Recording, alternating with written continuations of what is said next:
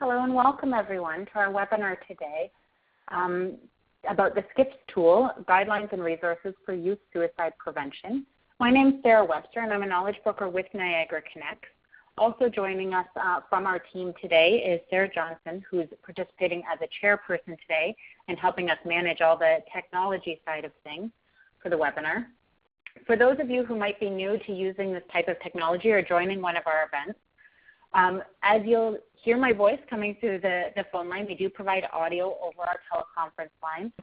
But please do make sure that you also click the web link in your email to be able to join the online meeting room and see the slides that are being broadcast in the room. If you're saying hello on the phone line and we're not answering, that's just because all of the participant lines have been muted, and that allows us to cut down on any inevitable background noise of dogs barking and fire alarms going off.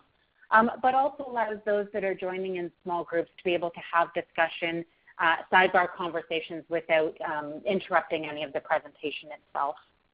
The presentation is also recorded, and we post all of our recorded webinars online on the Niagara Knowledge Exchange. And we'll send out a communication to you within about a week with a link to that recording, as well as a PDF of the slides and any other resources that we talk about today. We'll send that to you, and we do encourage you to forward it on to other colleagues who might be interested in this information. We have two great speakers today. We've got Julie K. Campbell and Kirsten Boucher, who will be joining us and speaking to us about the tool, and they've got some really kind of cool things planned for us as we go through the presentation today. We have an hour and a half together, and we will make sure to save some time at the end for questions. But if you do have any questions or comments during the presentation, please use the chat pod on the left-hand side of your screen. And you can type in any questions there, and we'll make sure to hold on to them and flag them to bring forward during the discussion period. So other than that, I'll pause there and turn it over to our presenters to take us away. Good afternoon. This is Julie Campbell. We're going to start with a bit more technical part, so I'm going to introduce myself. First thing you need to know, you probably already noticed, but even if my name is quite Scottish, I'm a French speaker, so sometimes I stumble a bit on my words, and I'm hoping you're going to bear with me with some of my grammar mistakes. I was trained in community psychology. I have a master's degree, which means that we work much more with communities than individuals and have a huge focus on creating, implementing, evaluating programs. I'm also a clinician. I've been working for over 20 years in suicide prevention. I live in the Ottawa region, and I have two grown-ups that are now in their early 20s. In terms of relationship with commercial interest, that was a grant given to the Niagara Youth Suicide Prevention Initiative that was given through Ontario Ministry of Child and Youth Services. We'll talk a little bit more about that in the history part. I'm not part of Speakers Bureau, and in terms of honorarium, consulting fees, or others, there's nothing to mention there. I'm going to let my colleague introduce herself. Good afternoon, everybody. My name is Kirsten Boucher, and I work with Distress Center Niagara, and specifically with the Mental Health and Addictions Access Line here in Niagara in terms of getting individuals connected to services. So we'll talk about programs a little bit later. But as part of Distress Center, a big part of our role is trying to help make Niagara a suicide-safer community. So I wanted to lend a hand to this project in terms of kind of our knowledge and expertise in working on the crisis lines and providing suicide intervention as well as training on the topic in the community. So in terms of relationships with commercial interests, it would be the same as Julie. So the grant and funding for the project came from the Niagara Youth Suicide Prevention Initiative, where we received funding from the Ontario Ministry of Child and Youth Services. I'm not part of a Speakers Bureau honorarium. There were no consulting fees for today's presentation, and there's no other commercial interest to disclose. moving on to the project at large, so in terms of disclosure and commercial support, like we said, we received our financial support for the development of the tool for the Ontario Ministry of Child and Youth Services in form of a grant to help work with youth suicide prevention here in Niagara. And this program has also received in-kind support from the Niagara Suicide Prevention Coalition and Niagara Connects, which we're very grateful for in partnership with our Niagara Suicide Prevention Coalition that we have here in Niagara as well. And no potential conflicts of interest there to report. Kirsten, it's Sarah here. Sorry to interrupt. We have a few people who are having trouble hearing you. If you could just increase your personal volume, and if you have any volume on your phone as well, that would be helpful. Sure. Sorry about that, everybody. I'll turn it up here. Is this better? That sounds a little bit better, but please do, to participants, let us know in the chat pod if you're still having any difficulties. Thanks, Okay. Kirsten. Sorry about that. And in terms of mitigating potential bias, there's no bias here to report. And I'll turn it over to Julie to share a bit more about the history of the tool that we've developed here.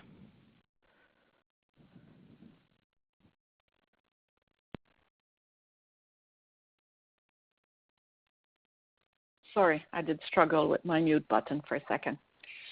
So the project came from the Niagara Youth Suicide Prevention Initiative, and it was part of a project that the Ontario Ministry created. They did have a 3-year youth suicide prevention action plan and provided funding to communities to get better organization around their services.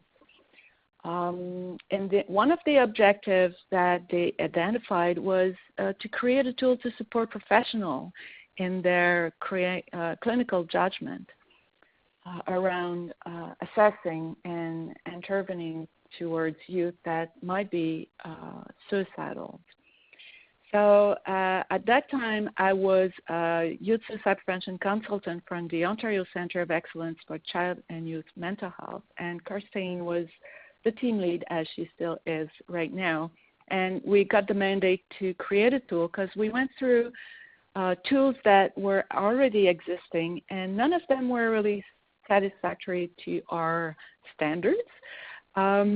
So the group decided to create a tool, which we did, but the tool can be scientifically validated, let's say like a randomized control trial for obvious ethic reasons.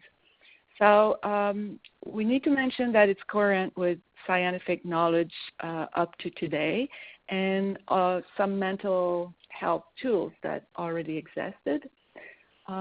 But what we did as a first step of validation is we turned over to experts validation, and we got psychiatrists that accepted to read, comment our draft versions so we can get to the versions that we have today. So we have, you see the names right now on the screens, but we had 2 psychiatrists that are specialized in youth psychiatry, 2 that are more towards adult psychiatry, and 1 family physician. Our goal now, as a second step, now that we're launching the tool today, is to get feedback from users like you people today. So we will welcome, of course, feedback on the use, the utility, and the gaps that you could see using the tool. So today, we want to give a brief review of suicide information. We won't go too deep in that because we could spend a few webinars only on that. But we want to go over some information around content that really lead to the creation of the tool. So we are all on the same page on what were the steps towards that tool. But we're going to spend most of our time presenting the tool itself that we call S.C.I.P.S, and you'll see a bit later on why. We saved time to do a quick role play to give you an idea what it could look like. Of course, role plays have its limits, but that will illustrate how we're going to use that tool. And then, as Sarah mentioned, we're going to have a time for a Q&A. So as you've seen in the registration sheet, at the end of this program, what we really want you to be able to is identify individuals that are at risk. We don't want you to predict risk, which is another story, and most of the scientists now agree that it's not a goal that we'll ever achieve. Utilize intervention guidelines for distress in general. Recognize red flags and specific intervention when suicide is involved, and then demonstrate warm transfer to appropriate resources. So we're going to go through all these elements, and we're hoping that you're going to be more comfortable with those at the end. So before we go into the heart of our subject, we'd like to introduce a poll that is linked to really your role as a primary care. Because your role, as I said, is not about predicting suicidal acts, but more about when and how to get a second opinion, having specific intervention, and what are the best resources in the area to do that. So our intent is really to support you in this role and not to train you to become a crisis intervention or a therapist. So we would like you to take a second. I'm not too sure how a group would do that, but to rate your confidence at this point supporting youth who are having suicidal thoughts. So is it either extremely confident, somewhat confident, not very confident, and not at all confident? So we're going to give you a few seconds to do that.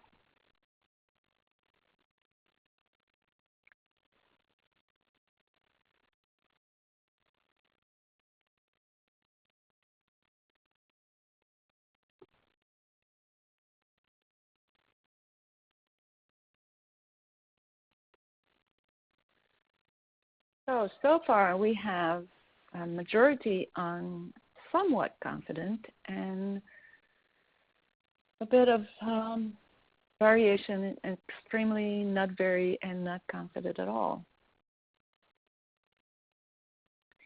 That does a bit confirm that our review on the suicide information will be a review, and then we'll get into using the tool itself.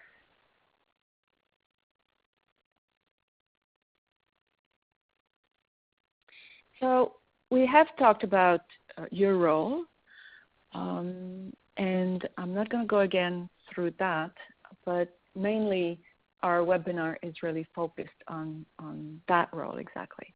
One of the things we wanted to mention, at this point I'd like to mention that we're doing an overview of the tool itself. We're doing an overview of the guide that accompany the chart that you have, and we really, really recommend you to take the time to read it, because we're really going to do an overview, and there's many, many information that we'll get from the guide that we won't have time to mention.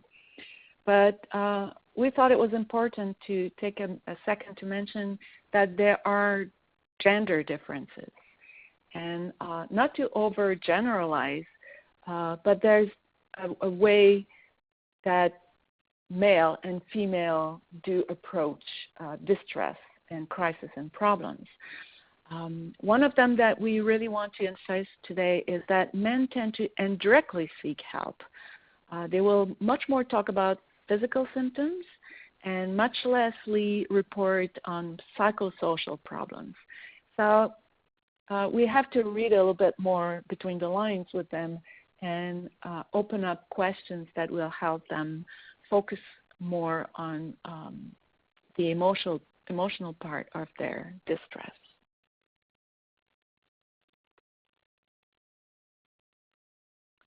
So understanding suicide. This is the most simple way of explaining, and I actually used it a lot with patients themselves. This is the suicidal process. Just as when we go through a very significant event in our life, marriage, job interviewing, or things like that, we kind of prepare ourselves, consciously or unconsciously. Well, it's a bit the same thing with suicide. So when we are, let's say we're all doing great today, everybody is very fine, we're on this Let me get the arrow so you can follow. So we're on this left end of the rectangle where we have a huge part that wants to live and a tiny part that wants to die that Freud was calling the instinct of death. And as the suffering increases, the part that wants to live will get smaller and the part that wants to die will grow bigger. And when a person is at the point of acting on suicidal thoughts, well, they're more on this right end of the rectangle where there's a huge part that wants to die, but there's still a part that wants to live. And as much as we don't see our part that wants to die when we're doing very good, sometimes they don't see or feel that part that wants to live, but it's still there. Ambivalence is there up to the end.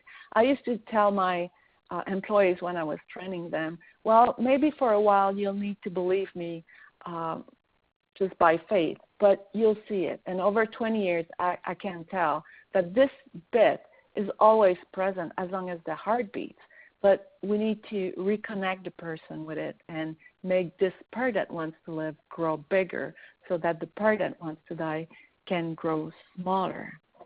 This process is, of course, an internal process. And usually people start to become more aware that they are suicidal when they cross that middle line here where the part that wants to die gets bigger than the part that wants to live. Before that, from our questions, we could see that they are starting to be in a process, but they don't usually feel aware. They're not that aware of that process. And from the outside, because they will like alternate between these two parts, sometimes it looks like they're incoherent or incongruent. They even say things that are contradictory, and that sometimes brings some prejudice and some different ways to understand what they should understand.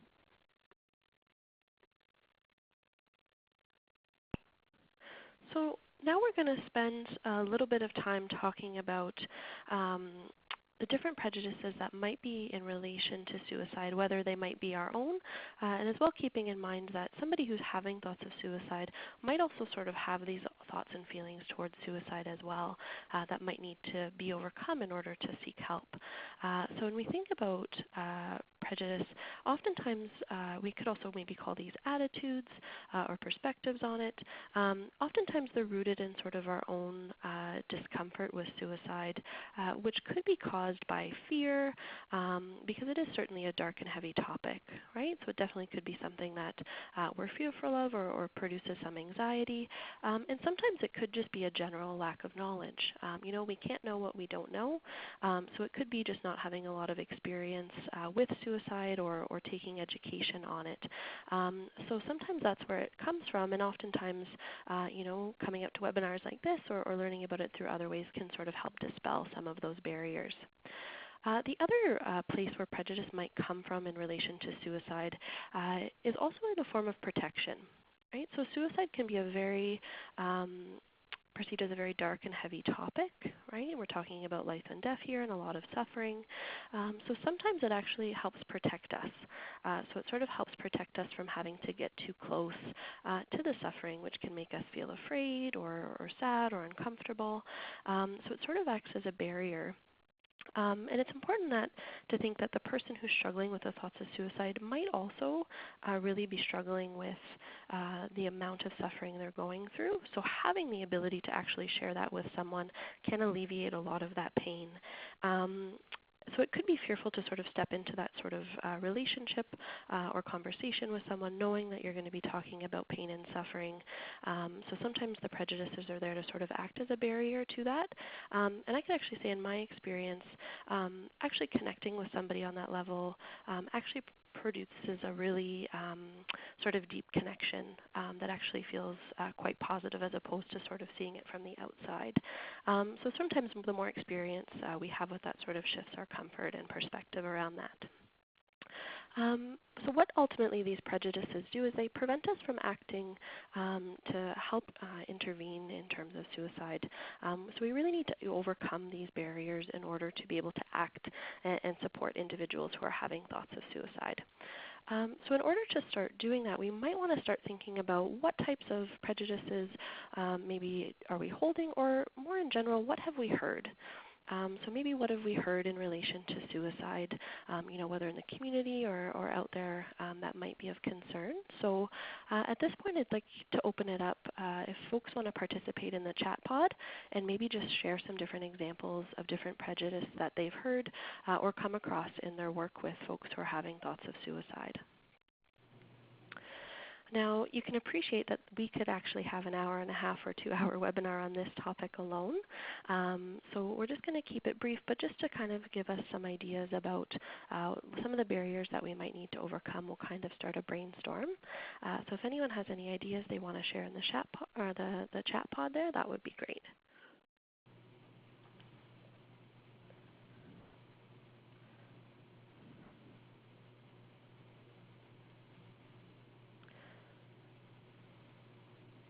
Gender to gender? Yeah, so not really sure, Taylor, if this is where you're headed with that. Perhaps maybe stigma or prejudice around being a certain gender and reaching out for help, or the disadvantages that are out there. Thanks, Max. I see that maybe there's a fear about that there's a lack of empathy involved, right? Certainly, suicide being taboo in some cultures. Thank you so much. And mental health can sometimes be perceived as taboo or stigmatizing as well to talk about. So there could definitely be a lot of fears about judgment, discrimination, all of those sorts of things coming up. And that might come from society or culture, or it could also come from life experience, right, like Autumn has shared. So maybe it comes from having personal experience with friends or family coming in. And as well, just want to make sure that I'm catching everybody here. Melanie, thank you for bringing that up. So Melanie has shared with the group that unsuccessful attempts are not a sign or actual desire for suicide. So sometimes there is a misconception that if somebody has tried to take their life by suicide and they've survived, that maybe they're not really serious about it. So that certainly can be a barrier to folks. So thank you so much, everybody, for participating. These are all sorts of the things that we can see could act as a definite barrier in terms of reaching out, but also in terms of having direct and open talk about suicide. So thank you for sharing that with us, so that we're able to start this conversation here today. So something else to consider is, how would a person thinking of suicide feel when they're hearing about these prejudices? So hearing about some of the stigma, the judgments, the assumptions based on where we're at, how might that impact someone?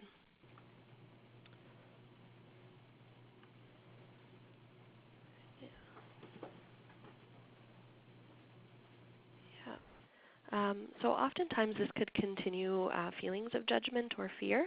So they might continue to feel more stigmatized, right, more alone, feeling rejected, right, and also not really feeling safe in terms of opening up and reaching out for support. Melanie has said misunderstood and alienated, absolutely. Taylor has said isolated, absolutely. So part of the bigger conversation that hopefully we can stem today would be, having these conversations and starting more open and direct talk about suicide, so that it does feel a little bit safer for individuals who are struggling to reach out and talk about it. And we can sort of start demonstrating that. And you all have by coming to this webinar today. So thank you so much for doing that. So in terms of some of the main prejudices in relation to suicide that we often hear about is sort of the notion that a person with suicidal thoughts can't be helped because they're determined to die. So as Julie explained, there's always that part of them in there, however small, that wants to live as long as they're still alive. And we can call this ambivalence, right? So the ambivalence that there is life and death, that there's both pieces involved. So because of that ambivalence, that person actually isn't determined to die. That ambivalence is there until the end. And when we look at suicide, actually, suicide isn't about wanting to die. It's about wanting to end pain and suffering. Okay, so it's about wanting to get relief from the pain, suffering that person's going through, whatever might be causing it.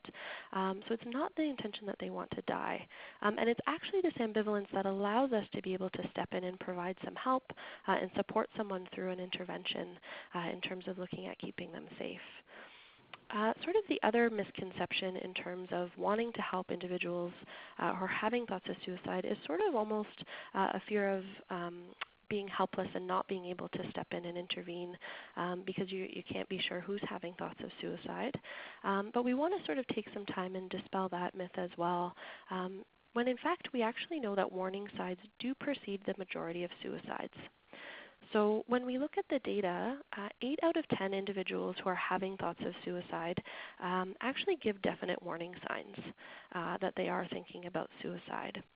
I would actually argue that that's probably 10 out of 10, but the 2 that aren't represented there maybe give such unique or subtle warning signs that they're not recognized.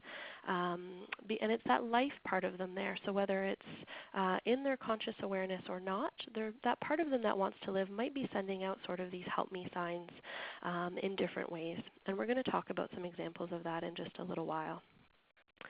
Now, the biggest myth that I want to stress in relation to suicide is sometimes there's a fear about having these open discussions about suicide in case it might give somebody the idea. I've certainly heard a lot of people say, I was afraid to ask if they were thinking about suicide. I didn't want to give them the idea. But in fact, we know that talking about suicide will not precipitate an act. Okay. Instead, what it does is it actually gives permission for somebody to open up, look at different options, and can foster hope by not feeling so isolated, misunderstood, and alone with their thoughts of suicide. Okay? So it's important to remember that as human beings, we have the capacity to think about life or death already. So if somebody is already struggling, that idea has already crossed their mind. So we're certainly not going to encourage them or give them the idea about talking about it, but instead what we will do is we'll give them an option in terms of being able to reach out for support. So just kind of keeping that in mind as we move forward. A few words about risk factors. Risk factors are determined by epidemiology studies. And on a global level, it's very helpful to create prevention programs, but it's not as much useful for assessment and intervention, especially with a very low prevalence of the issue. We all know that one suicide is already one too many, but on a statistic level, it's very low, so it's not as easy to get information from it. But really what we want to point out is that good risk factors are not necessarily good predictive factors. So on an individual level, when we are facing a patient and we're talking with the person, it's not always helpful for assessment. But still, to have a picture of what it is and to break the idea that suicide is a unique cause coming usually from a trigger, let's go through the different categories of suicidal risk. So as you see, it's like an iceberg where the trigger is really the tip of the iceberg that we see, but underneath there's a lot of other issues that make the person vulnerable to develop suicidal thoughts. So predisposing factors really relate to their life history and constitute in some ways the foundation on which the person develops. So it's around things like history of abuse or violence or very early loss experiences in life.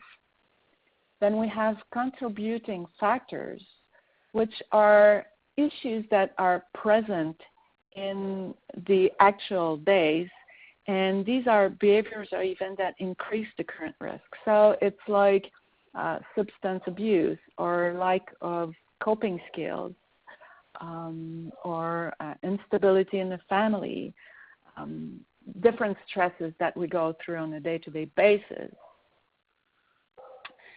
And then we have, of course, the trigger, the precipitating factor that is usually the thing that we see the most and that we're going to address directly in crisis intervention.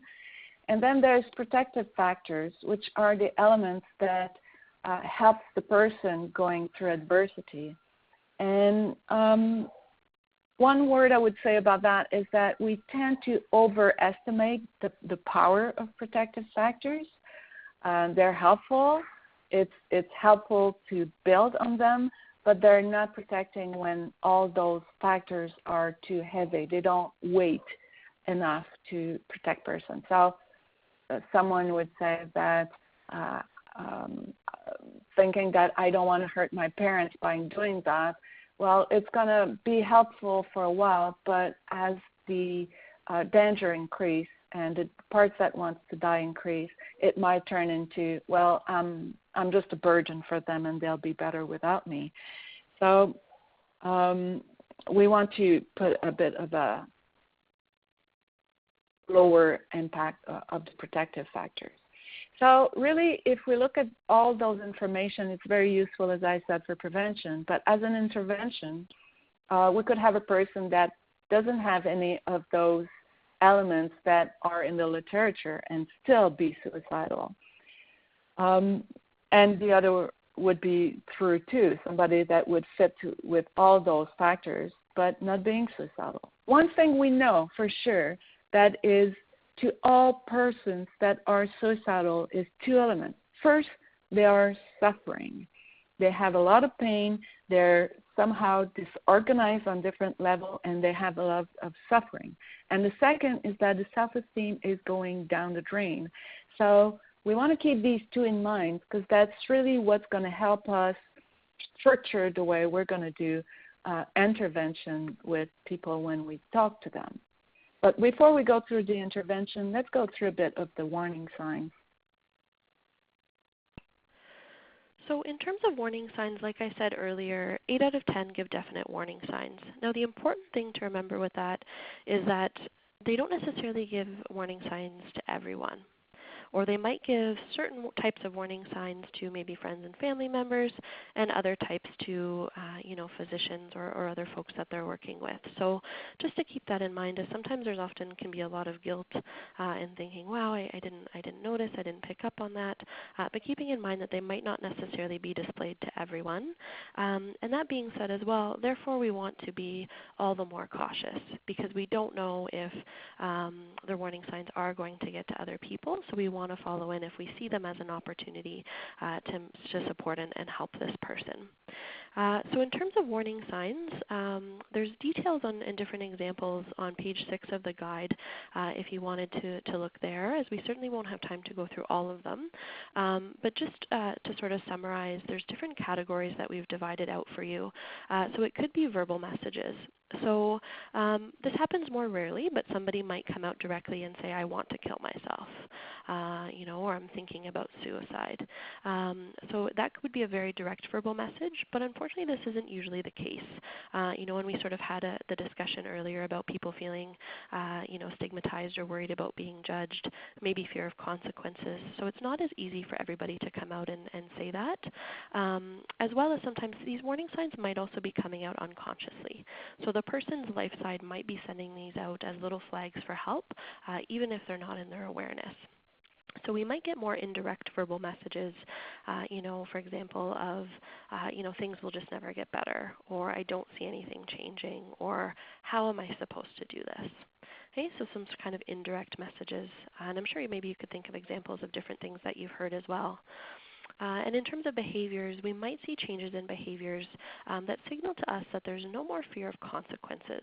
So this could be things like increased substance use, maybe driving recklessly, giving away possessions, things that show that they're not really worried about longer-term consequences, or that really indicate a change.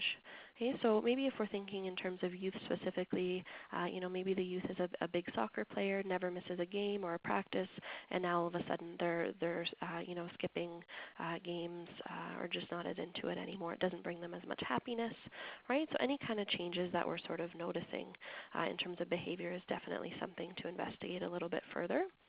In terms of feelings and emotions, Julie already touched on the fact that there's always suffering and some sort of loss of self-esteem. So, feeling like a burden, hopelessness is absolutely the number one feeling that's involved with that, and perhaps extreme sadness, loneliness, anger. But what can also sometimes come out is feelings of euphoria.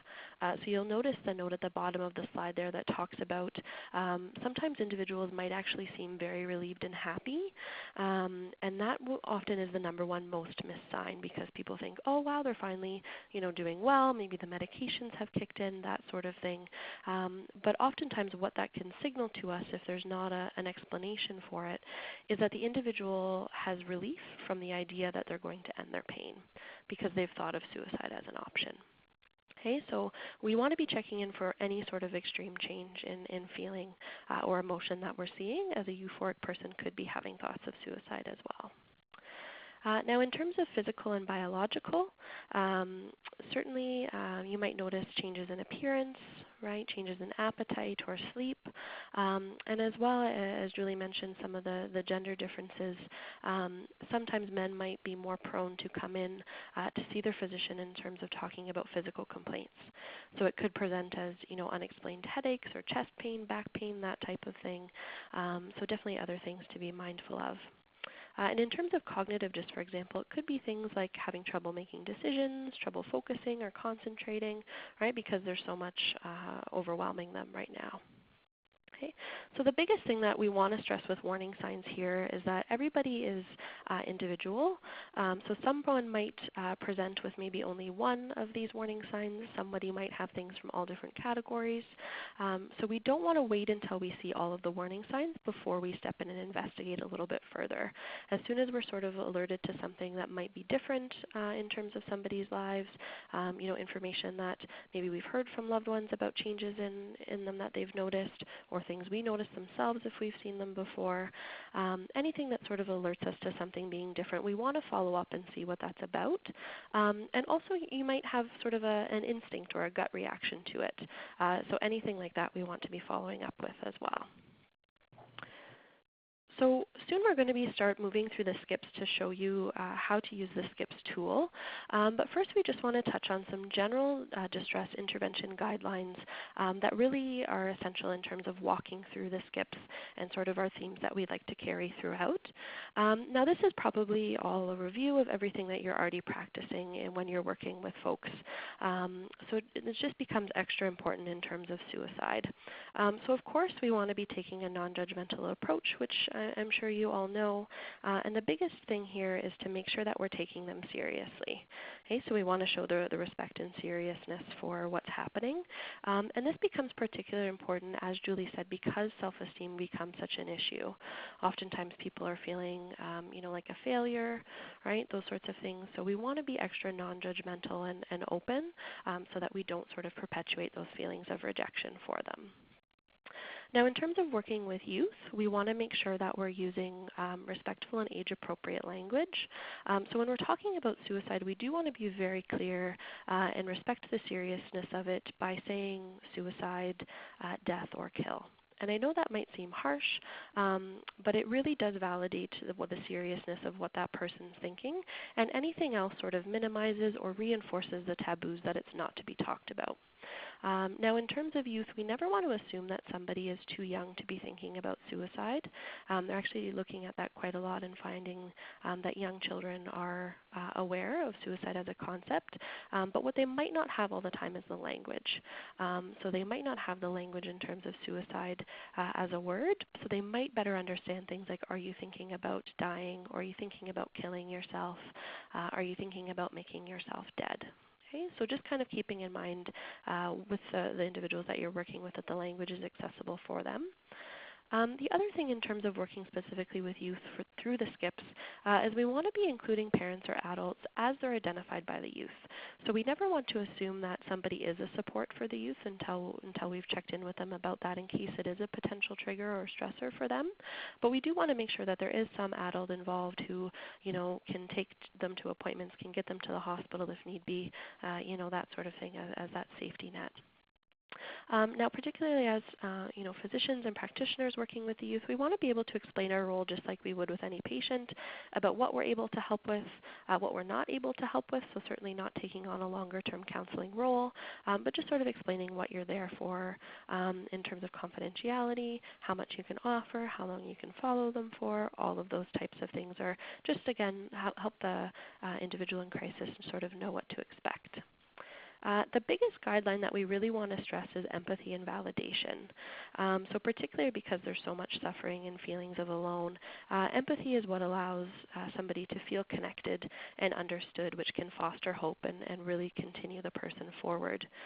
The biggest thing that we actually want to validate, which might seem counterintuitive, is we want to validate that the person wants to die. So thinking back to that slide that Julie showed about how big of a piece that death portion takes up, we actually need to validate the death side. What happens if we don't is that death side will spend the rest of the time trying to convince you that it's there. Okay, so it needs to be heard in order to kind of release a little bit and alleviate some of that suffering.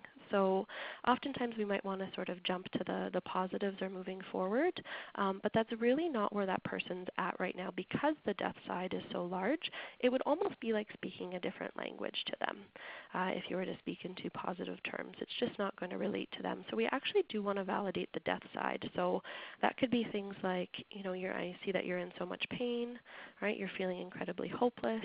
You just feel so alone, right? Different things like that that can really validate how they're feeling in an empathetic way. Once that validation occurs, then you'll start to notice that, more of the life pieces can come out. So with that being said, we want to avoid sort of giving advice or making well-meaning statements. So as caring people, we might want to say something like, this will get better, right? Or there's still hope, right? Which is very well intended, but what it can do for somebody who's very much focused on dying by suicide is it sort of invalidates where they're at and shows them that you're not understanding what they're seeing. So again, we just really want to be supportive and supporting them wherever they're at. And if that place is dark, we want to be mindful of that and respectful of where they're at. We also want to be encouraging social support because we want to be able to set up sort of a safety network in the community and as well as start speaking to some of those life parts of them that can encourage hope for the future. So social support can be very individual, particularly if we're focusing on youth. It could be a sports team or a youth group at school. It could be family members. It could be a neighbor, right? Whatever social supports are going to be a comfort for them, we certainly want to encourage, again, to reduce those feelings of being alone. Just some more guidelines to keep in mind. We might need to provide some crisis information and education. So oftentimes there's sort of these feelings because of the self-esteem and suffering that what's wrong with me, right? What is this happening? So sometimes even just letting somebody know that crisis can be a part of life and happens to everybody. Nobody's immune from it. Can sort of be that opportunity to help the person understand that they're not alone in that and that there might be options in terms of addressing the crisis, learning new ways of coping, that sort of thing. In terms of the physician role, you might still want to give those lifestyle suggestions as you would any other patient, so things like diet and sleep if those are things that are presenting as a concern. And we certainly want to be promoting different resources to help with specific issues. So that might be specific to mental health or addictions, could be bereavement support, right? Kind of whatever the need is, we want to encourage connection to further supports to continue providing relief for that person. And we want to do this through a caring transfer. So we'll spend a little bit more time at the end of going through S.C.I.P.S talking about what that looks like. But the idea in a caring transfer is that you stay involved until the person gets connected. So actually helping bridge the connection between resources with the person that you're working with to really help show that extra care and make sure that you're creating that safety net. Because as you can imagine, if you're in crisis, it's a little overwhelming to then also need to reach out to resources. So however that can be sort of facilitated together really helps alleviate some of that stress and helps in terms of working together and making sure that the person doesn't feel so alone. So we'll get into talking about resources at the end, and Julie is going to talk to us now more about the S.C.I.P.S tool itself. So it might feel like we're late in the webinar to start talking about the tool, but actually what Kirsten just did was part of the chart. If you have it in front of you, hopefully you had time to download it. So to facilitate remembering the principal items to investigate, we created a 5-letter acronym, which is S.C.I.P.S in English and S.C.I.P.S in French, that matches the 5 fingers. Why did we want to match them with the fingers? Well, because it's a bit the same principle. The thumb of the hand works on its own, and suicidal thoughts or plans is a category in itself in the screening. So if you have enough information and the emergency is high enough, and we'll see what it means when we go through the chart itself, well, that's a reason by itself to reach out to support more into emergency and safety work. But then the 4 other fingers are working together. So it means that all of these elements have influence between each other, but also to the suicidal thoughts. So even when the suicidal thoughts are not that high, we want to look at the others. If I want to compare it, to give you an example, it would be like the forecast. So the suicide thoughts in itself would be like the temperature. Today it's going to be 24 degrees. But then you have the wind factor and the humidex factors and all those factors that at the end it feels like it's 35. So it's a bit the same thing. The suicidal thoughts in itself are one element, but then we have other elements that will have an impact on those bits. So let's see what it looks like on the chart itself. As I said, hopefully you had a chance to download it. If not, you'll be able to do it after, and I think you will receive it by mail too. So this yellow part here on the left side is what Kirsten just went through. It's the generic interventions for distressed person. Then on the right hand here in the blue rectangles is all the resources that Kirsten's going to go through at the end. So we're not going to go through each of them as we go along because there's a bit of repetition, but we're going to make sure to address them at the end. So we're going to start by this first part here, which is the suicidal part.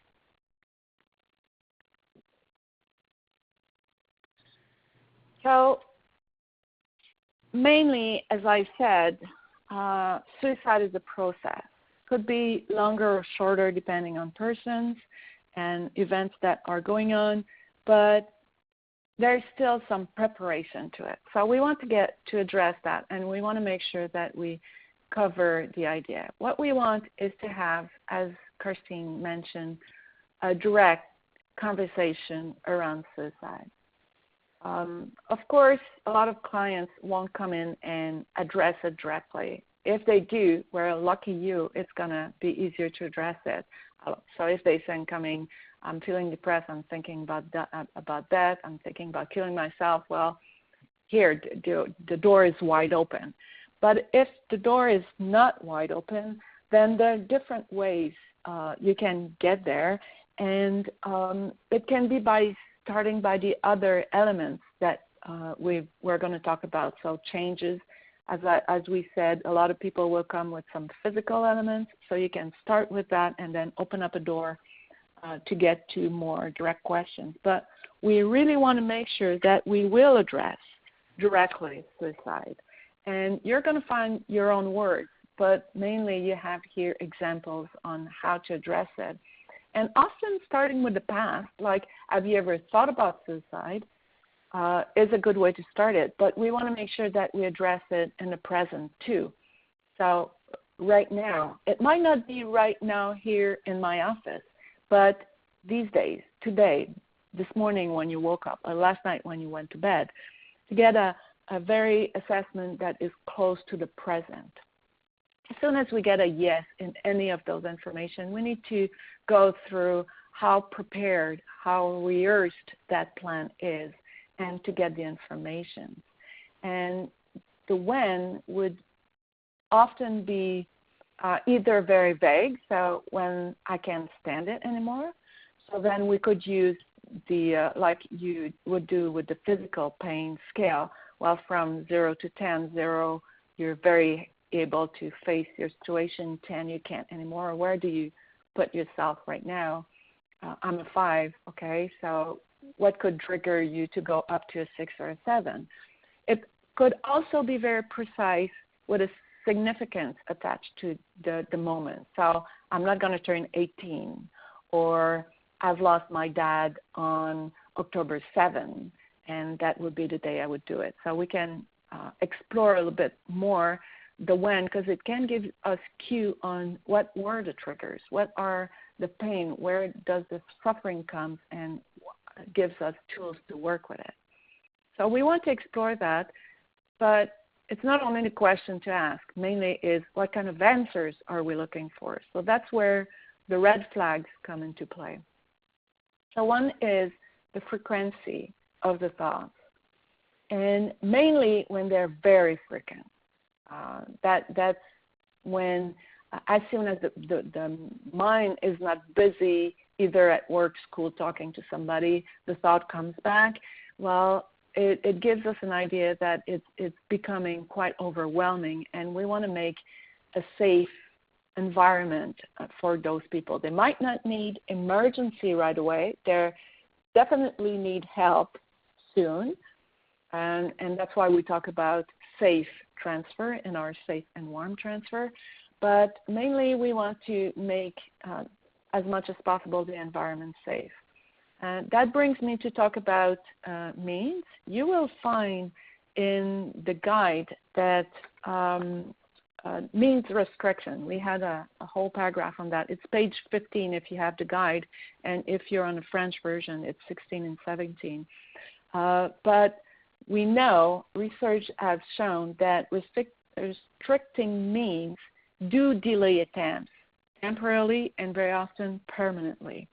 So it gives a chance to the part that wants to live to get back into control, and it gives a chance to the environment to intervene before the act. It gives us time to be able to make a change in the situation.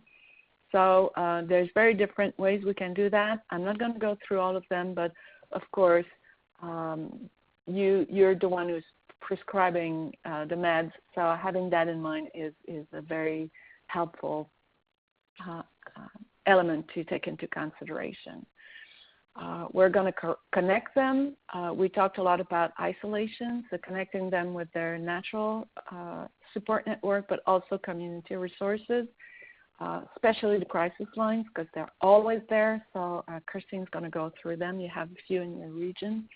But also creating a safety plan. And we want to emphasize that safety plan is not only about what will you do if your thoughts are too present, but also what will you do towards the issues that makes you think about suicide. So we want also to get into some solution-oriented kind of plan.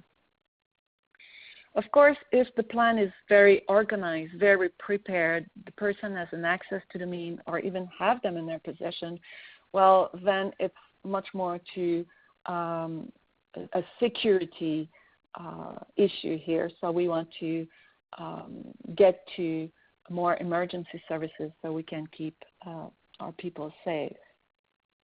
Even if these are low, like a lot of people are going to be in a gray zone. So you're going to have a lot of organizing, preparing people to look towards solution, which is quite interesting because when we're very in crisis, what people are looking for is to stop suffering, no matter how. They just want to stop the pain.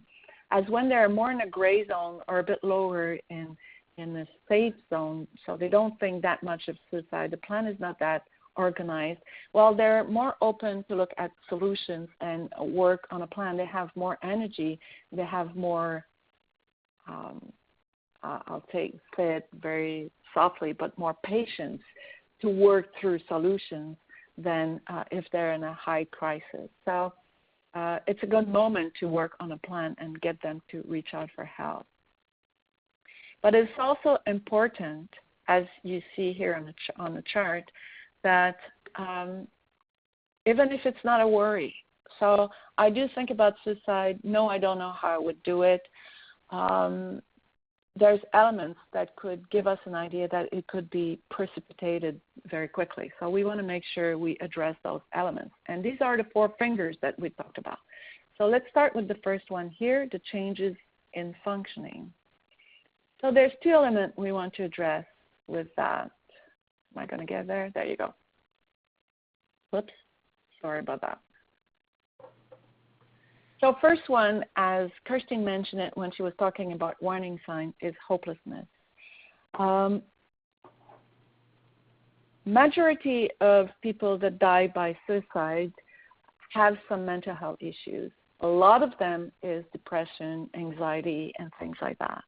But not everybody that has depression do think or act on suicidal thoughts. What's the difference? Mainly hopelessness. So not believing that things will get better, feeling trapped, feeling like it's going to be like that forever is a big issue that we need to address. And then the rest of the elements are more around some mental health issues. So symptoms of depression, symptoms of anxiety. So disorganization, sleep, appetite, emotions and moods. And it's not only, as you know, sadness. It could be being very irritable too. Self-care, we talk here about hygiene. So taking good care of ourselves. We know a lot of people, when they feel bad, tend to just let go. Some others tend to, in the other end, dress very nice and put more makeup on for women and try to keep it together. But these 2 signs are still disorganization. Social life, so we're talking about isolation from people, but also, as Christine mentioned, isolation from leisures and activities that people are doing, concentration, and all the impact that could have at work or at school. And of course, we're talking about changes. So how different is that from their usual selves? So the red flags, again, hopelessness, and then mental health issues. So we're going to look at different strategies, especially if they're hopelessness and they do have suicidal thoughts, even if it's not high, even if they don't have a plan. It's a worry, and we want to make sure they're going to get help quickly. And as for mental health issues, well, you already know medication, psychotherapy.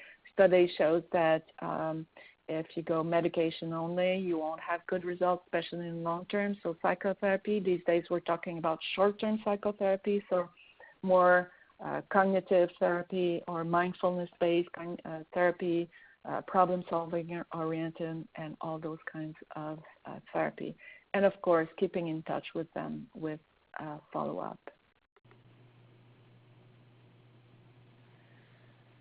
The third one is the impulsivity and capacity of being in control. So as we mentioned, there's a part that wants to live, a part that wants to die, and once they get around the middle of that process, the part that wants to die gets bigger, and the part that wants to live will often mention it as, I feel like I'm losing control of myself. So there's different things we want to address here, but what I just mentioned is the fear that I could lose control. Like, I realize, even for a person that is not very impulsive, I realize that now I'm doing things more impulsively than I used to do before. But teenagers and kids tends to be more impulsive, so we're going to go with, are you more impulsive recently? And we're going to explore different ways of assessing that, because we might have a different definition of what that means than they have, so you have more questions here that helps you identify. Of course, we're going to look for aggressivity towards others, towards ourselves, and a very low self-control. If it's the only element. Well, we're going to do some education and try to help them to build a bit more skills towards control. But if the suicide results are higher, we're going to go towards more emergency and mental health services. We also want to mention that when we talk about control, hallucination could be part of the problem. So having voices that tells them to kill themselves or to kill others, and their capacity to not act on those voices. Some people say, I hear them, I know what they're saying, I'm not following what they say. Some others just can't. So we have to take that into consideration too.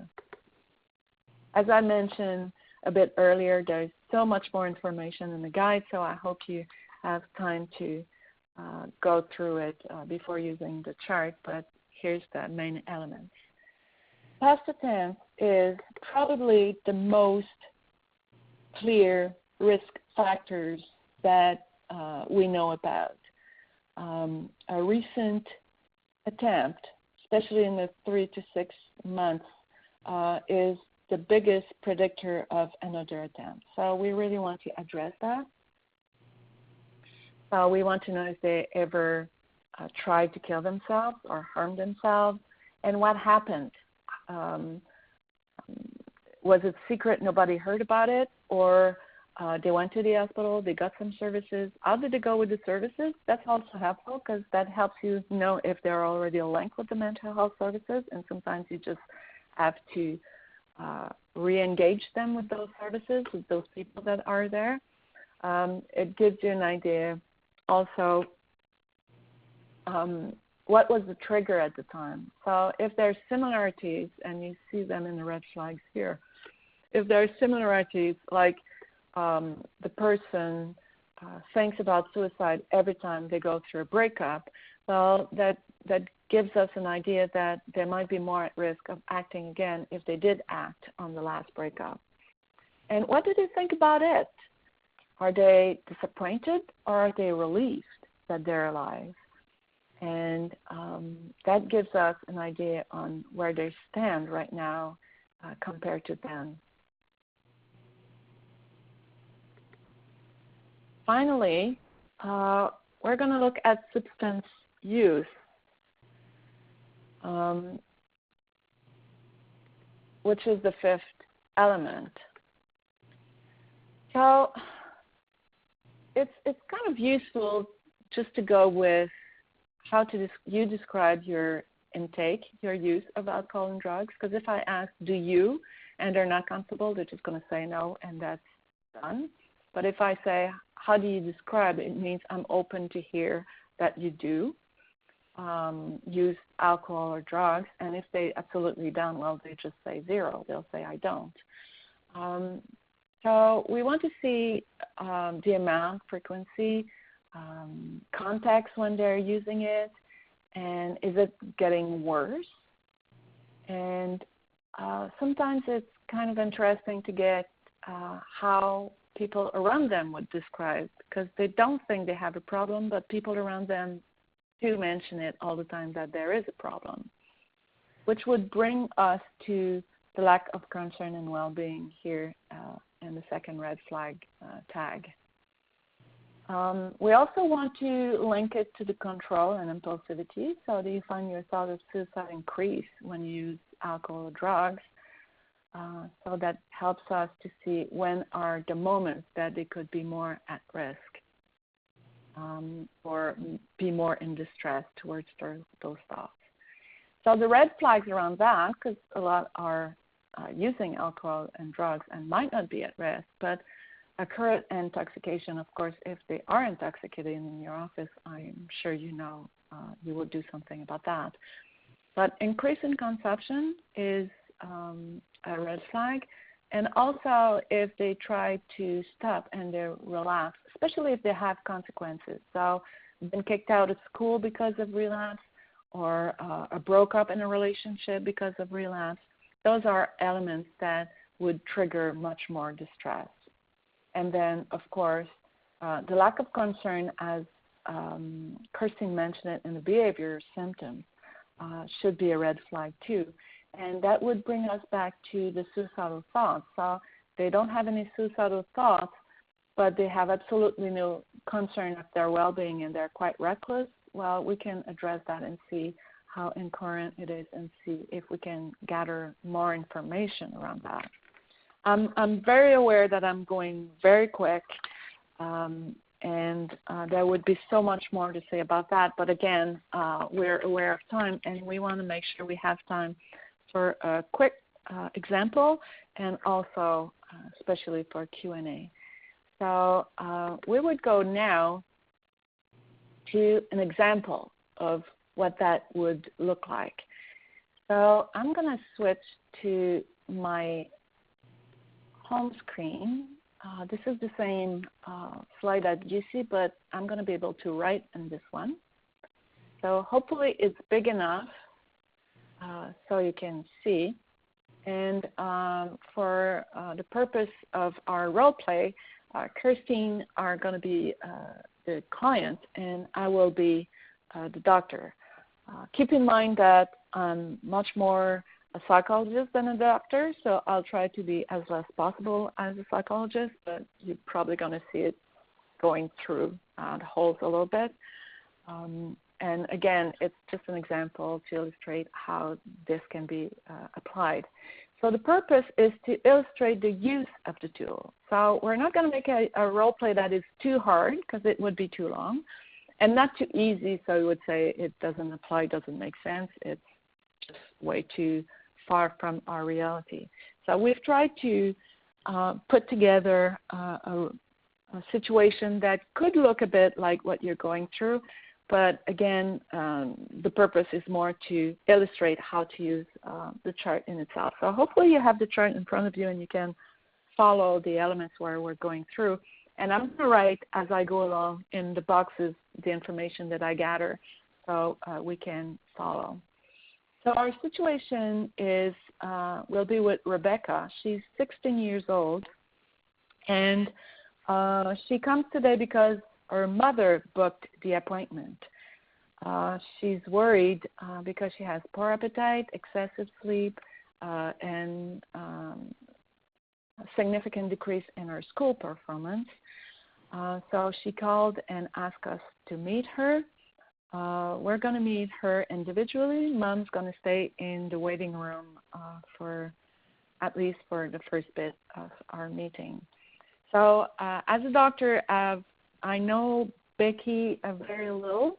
I've seen her once or twice for annual checkups and normal health. Nothing to say really, a bit reserved as a person. And she used to be doing quite okay in school. So we're going to start the role play. Becky is sitting in front of me in my office. And just to clearly finish the role play, I'm going to ring a bell when we take our shoes off and get back into being Julie and Kirstine.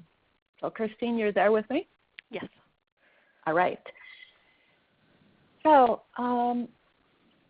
Becky, I'm seeing you today because your mom asked us to meet you. You know, she called for the appointment, and I'm just going to go over mainly what she told us so we are both on the same page. She was very worried because she says you've been having a very poor appetite lately.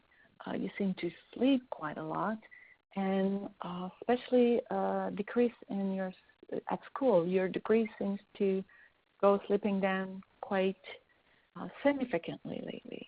Do you agree with those elements? Yeah, I guess so. I've been really tired lately. It's really hard to get out of bed. Okay. So it's really hard to get out and get to school like I'm supposed to. And yeah, my grades have been slipping a bit, I guess, because of it, yeah. And do you have any explanation that you've pointed out why your sleep is being disturbed? I don't know. I just feel tired all the time. I'm exhausted, and I don't really know why. It doesn't matter how much I sleep, and it's getting really annoying. My mom doesn't really understand, so she just yells at me and thinks I don't want to go to school, but meanwhile I don't know, I just can't get out of bed like I used to be able to. It all started a few months ago. It's just weird. I don't know. It's just been really hard. I hate it. Does that have any impact on your moods? Do you feel more sad or more irritable or? Yeah, I guess I've been feeling pretty down lately. And getting, a little more agitated with my mom than I normally would because she's just not getting it, and feeling pressure from my teachers at school because I used to be a pretty good student, and I don't know why. I can't explain it. They're all saying, "Why are you failing now?" And I don't know. I don't really have an answer for them, so I'm kind of bummed about that, and then I just get more stressed out and I feel even worse. And when you say irritable, is it only with your mom, or you mentioned your teachers? Are you more irritable with them too? Yeah, I guess you could say that, yeah. Okay. And friends and other people around you? Sometimes. It's kind of weird. Like, I get frustrated at them, but at the same time I feel really alone when they're not there. So I've been hanging out with this new group of friends that I'm sure Mom probably told you about them. She's not super happy about it, but it's the only time I don't feel so alone. And how did that happen that you started to hang out with those groups? Oh, a few months ago my best friend actually moved away. We did everything together, and then she left, and we weren't super popular in school or anything, and she left, and now I started hanging out with this new group because I didn't have anybody else to talk to. So I started hanging out with them. I know Mom doesn't like them. She wishes I wouldn't, but I mean... Do you know any idea why she doesn't like them? I don't know. She thinks that they're why my grades are slipping and why I'm not myself lately, but she doesn't get that that's not what happened. I just also started feeling really crappy all the time and feeling really down. I mean, we got into trouble a few times. They party a little bit more than I normally would, I guess. So I think she thinks that's why, but the sleep has nothing to do with it. When you say party, you mean you change your way of drinking, or are you using drugs? Yeah.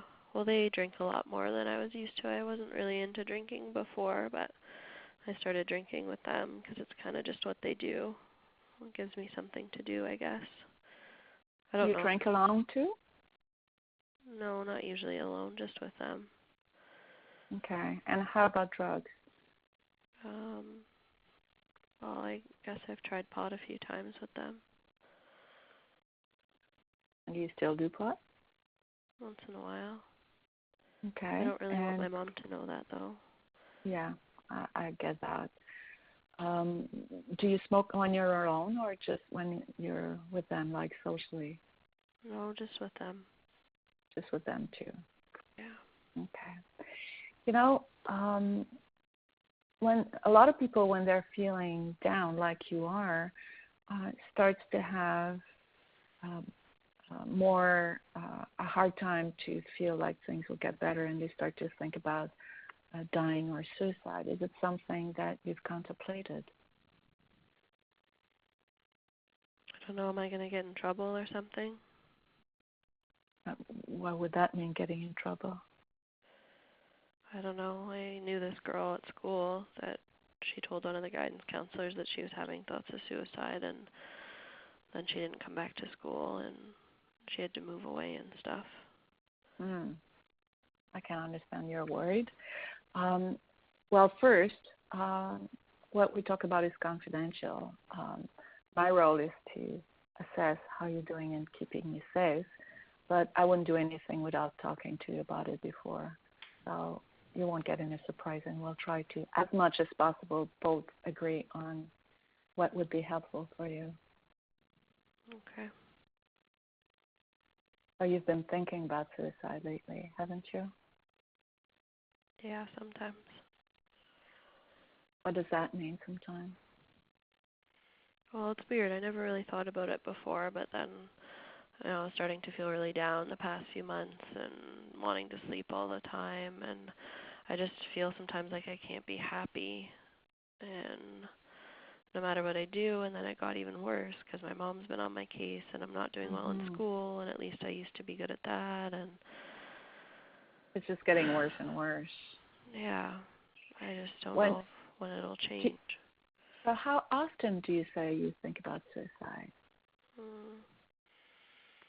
I don't know. I mean, not all the time or anything. It's mostly kind of when I'm alone.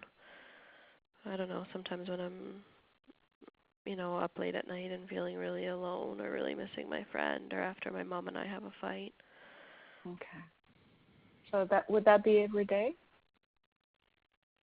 Maybe every day or a few times a week. I don't really know. Okay. And when you think about dying, do you think about how you do that?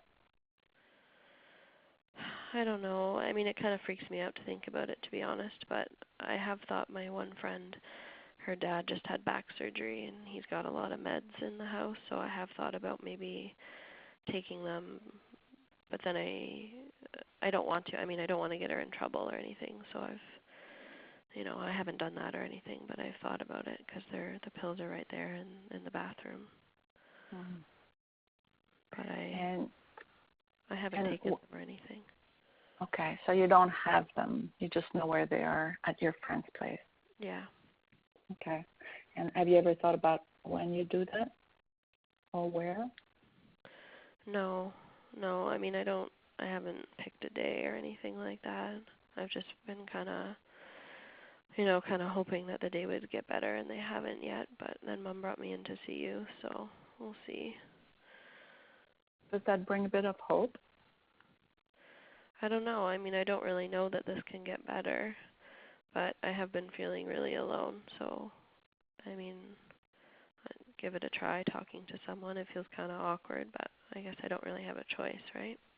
Well, you're doing pretty good. It's not a subject we talk about all the time, so of course it's a bit uncomfortable, but you're doing great.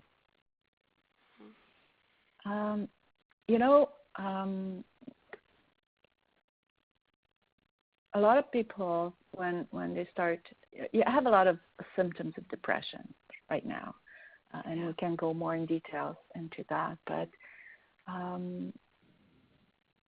sometimes people kind of start to, I'd say, medicate themselves by drinking and using drugs. Do you think that it could be something that made you increase your intake? Yeah, I mean, I never really drank before or anything like that. So that's why my mom's been on my case, that I've been partying and stuff with them. Yeah. Do you feel like you're impulsive? Do you feel you act or make decisions on spur of the moment and then you regret them later? I don't know, not really. I mean, I just haven't really cared much lately. I mean, I'm not doing well in school anyway, so I guess I've been doing things that I wouldn't normally do, like, hanging out with my friends a lot more and stuff. But, I mean, to be honest, I just have a hard time getting out of bed most days, so it's not like I'm really doing much other than that. More lack of energy than anything else? Yeah. Okay. Do you think you could act on your suicidal thoughts impulsively? I don't know. I mean, I was at my friend's a few weeks ago, and I saw the pills there in the cupboard, and to be honest, I thought about taking them. But then I got scared. I didn't want to get her in trouble, and I knew my mom would flip out, and so I didn't. So I don't know. I guess not. Have you ever tried to kill yourself in the past? No, I've never thought about anything like this before. That's what freaks me out about it. That's new, yeah. It seems like it's a lot related with losing your best friend a few months ago, isn't it?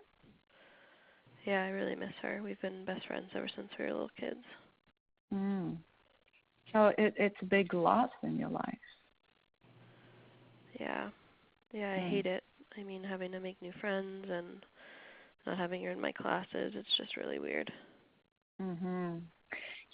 When we lose somebody, we have to go through a bereavement period, and it's not only grieving losing that person, but also having to adapt to all the changes that this loss bring into our lives. It seems like it's a little bit what you're dealing with right now, isn't it?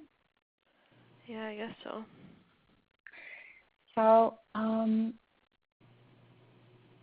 I don't think you need emergency help. I don't think you need to go to the hospital right now to keep you safe.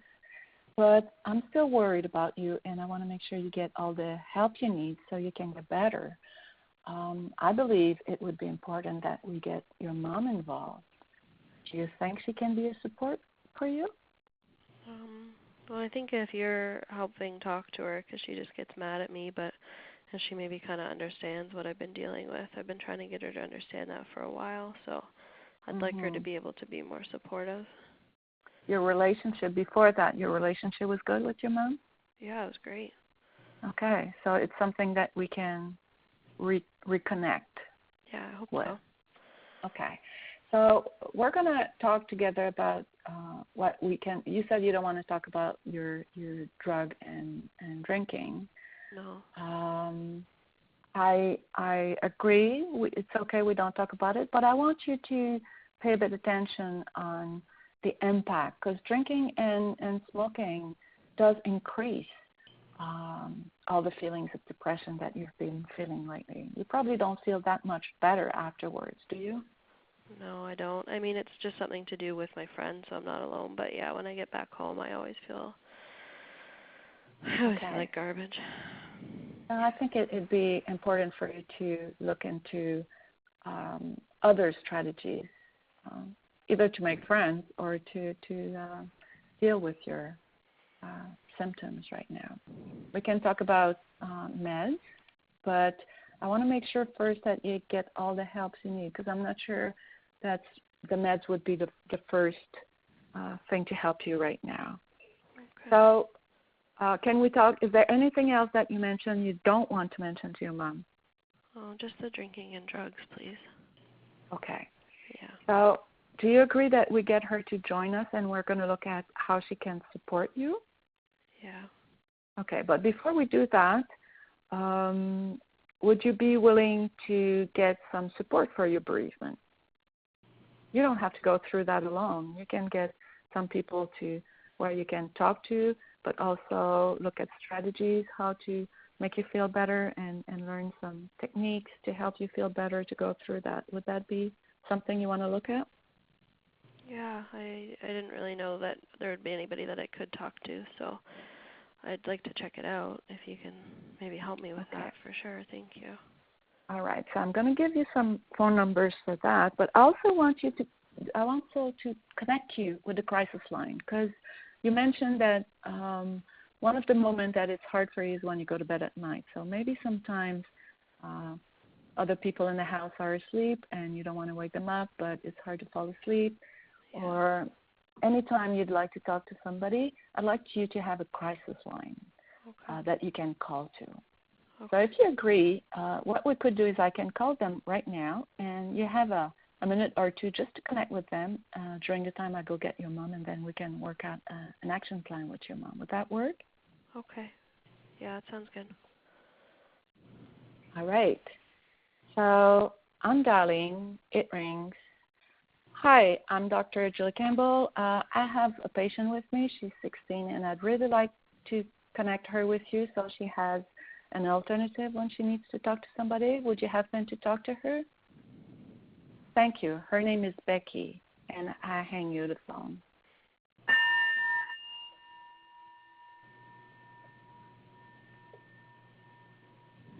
Perfect. All right. I need to go back to my screen now.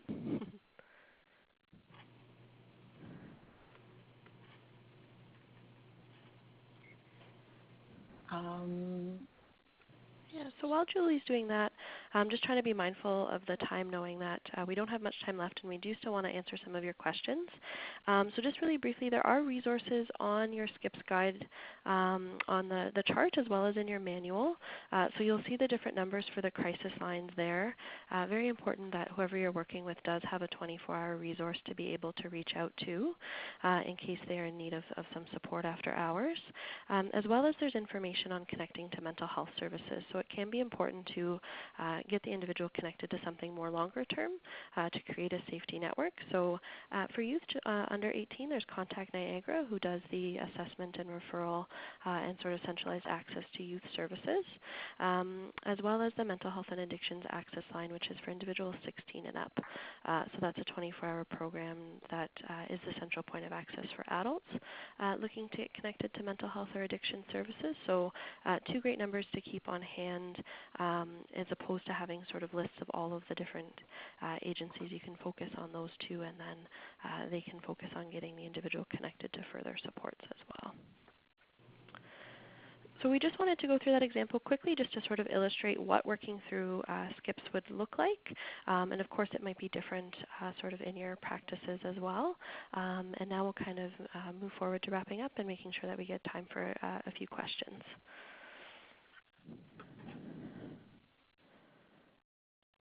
So just as what you're thinking of your questions and maybe typing them in the chat pod, if you wouldn't mind just to sort of quickly fill out this survey. So in comparison from before the webinar, if you wouldn't mind to now rate your confidence in terms of supporting youth who are having thoughts of suicide, that would be much appreciated.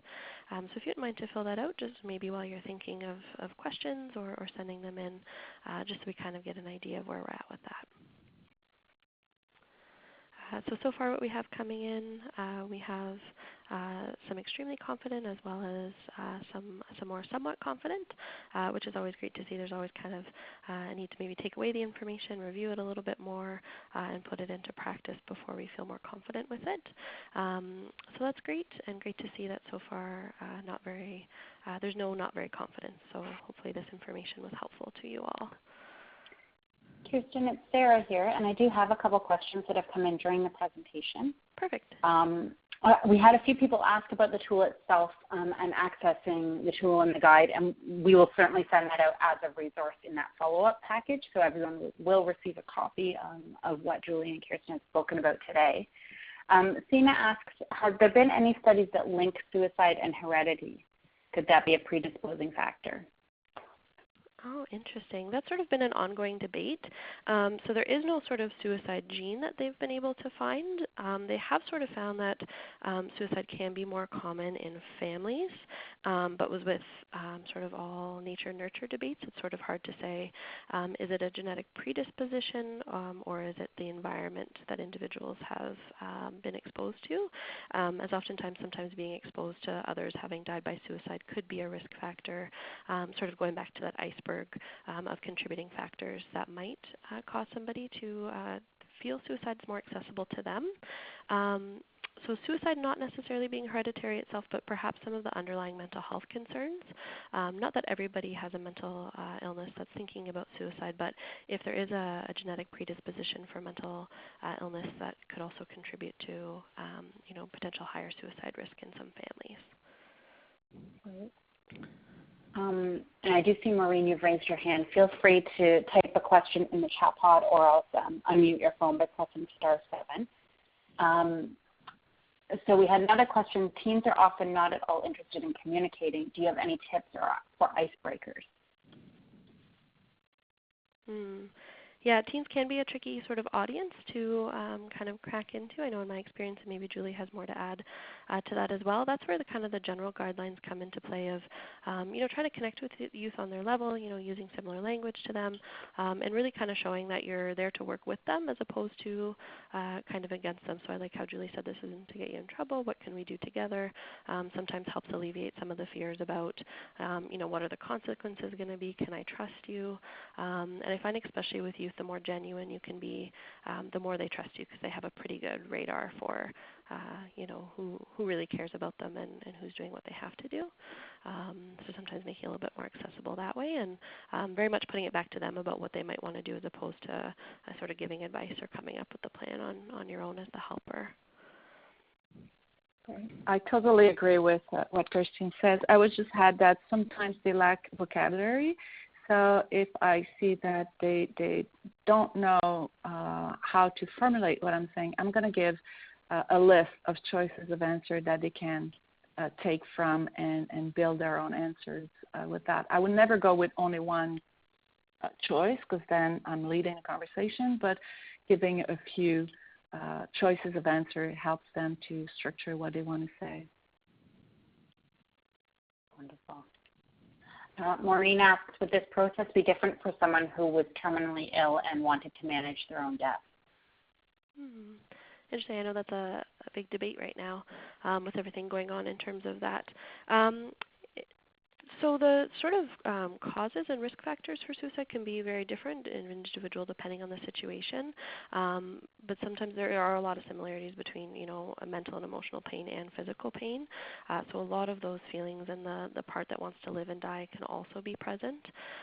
So keeping in mind, the same general guidelines in terms of providing support and working through that together. And in terms of that, there might also be, kind of medical pain management and things to look at as well as there's different things in terms of grieving and bereavement that someone might be going through that's terminally ill that would also come into play. Things that might need to kind of take that into account if you're supporting someone in that situation as well with everything else that they're going through health-wise. Really the secret in that situation is to focus on their needs.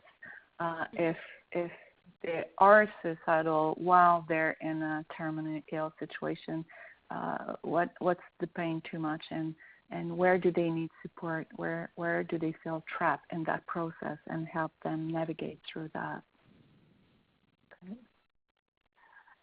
We'll take one last question, and I'll put up your contact information there for anyone to reach out to if they have anything in follow-up. But the last question here is, any suggestions on working with Native youth and the increase in suicides in this community?